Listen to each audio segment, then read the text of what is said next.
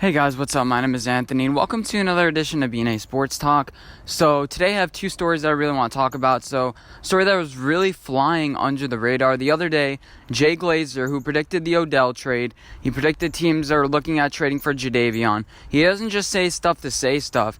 He said that he wouldn't be surprised if the Giants look to trade Eli Manning before the trade deadline. Now, here are my opinions about it. I made a couple videos about it. I think having him on the roster is valuable for Daniel Jones to have him kind of learn. But now that Daniel Jones is going to start to struggle, you almost want to take him off the roster because, can Eli Manning play again? I think Eli Manning has served his duty. He's been with Daniel Jones for, 6 months or however long it's been since the draft. And he's kind of taught him up. He's showed him how to play. And I think Daniel Jones is fine now. I think that you can get away with playing Eli Manning and if trading Eli Manning. And if Daniel Jones does end up getting injured, Alex Tanney can come in and he's not going to be that big of a drop-off. We're going to suck anyway and get a good pick. That doesn't matter. And I mentioned I had a top 5 list of teams that I would pick. And one of those teams, the Steelers. Now they lost their backup quarterback, Mason Rudolph, with a devastating injury. He's going to be out for a couple weeks. And this team is still, I think, going to be looking to compete. They traded their first-round draft pick already. They may look to give up a piece or two for Eli Manning. And what do I think that the Steelers can give up? Obviously, they're not going to give up any offensive linemen. We have a weakness at left tackle with Nate Solder. He's not great. He's not awful, but he's just not great.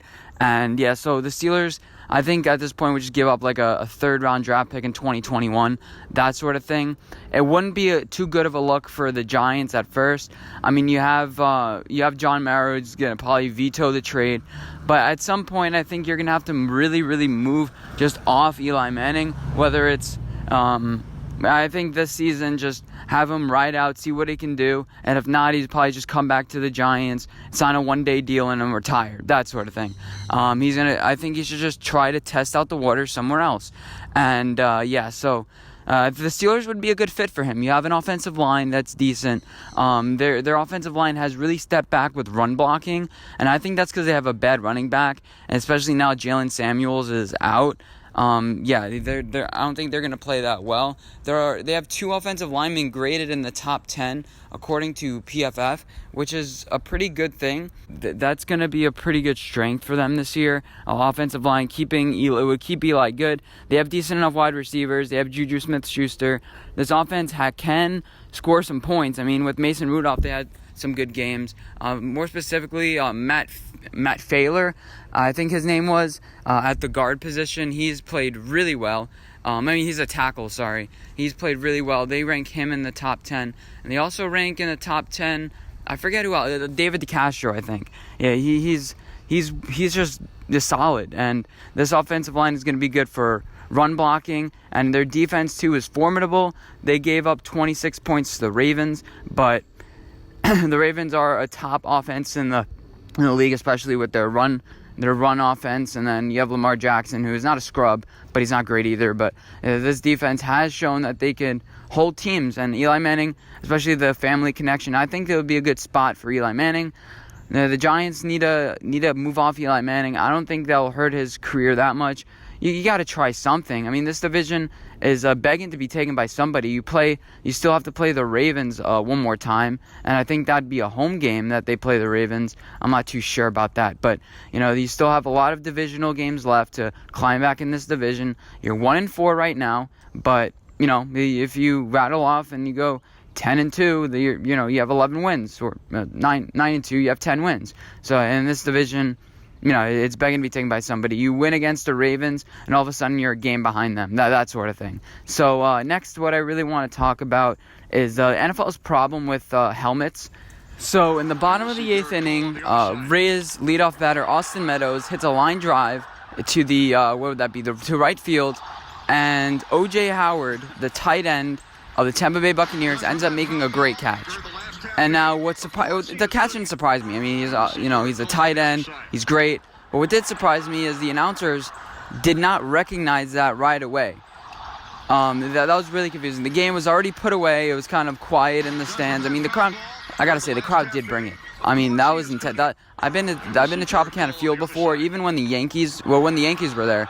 And I thought, it's just probably the best crowd they get all year because, you have a lot of the old Yankee fans in Florida.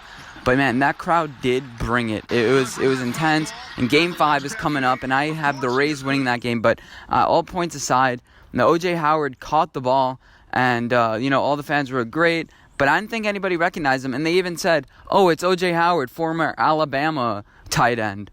Not the Tampa Bay Rays tight end. They didn't even know how to phrase it. I mean, they were just shocked. They had no idea who he is. And it's great that, football players are going to baseball games because it shows people cares. It's good for Tampa Bay, the whole thing with maybe their new stadium. Maybe they get more revenue with people putting in more money for their franchise. The city invests more money. Whatever's going on there. I forget what exactly is going on with their situation, but more money is going to be invested into this team. The more they win, the more they do good.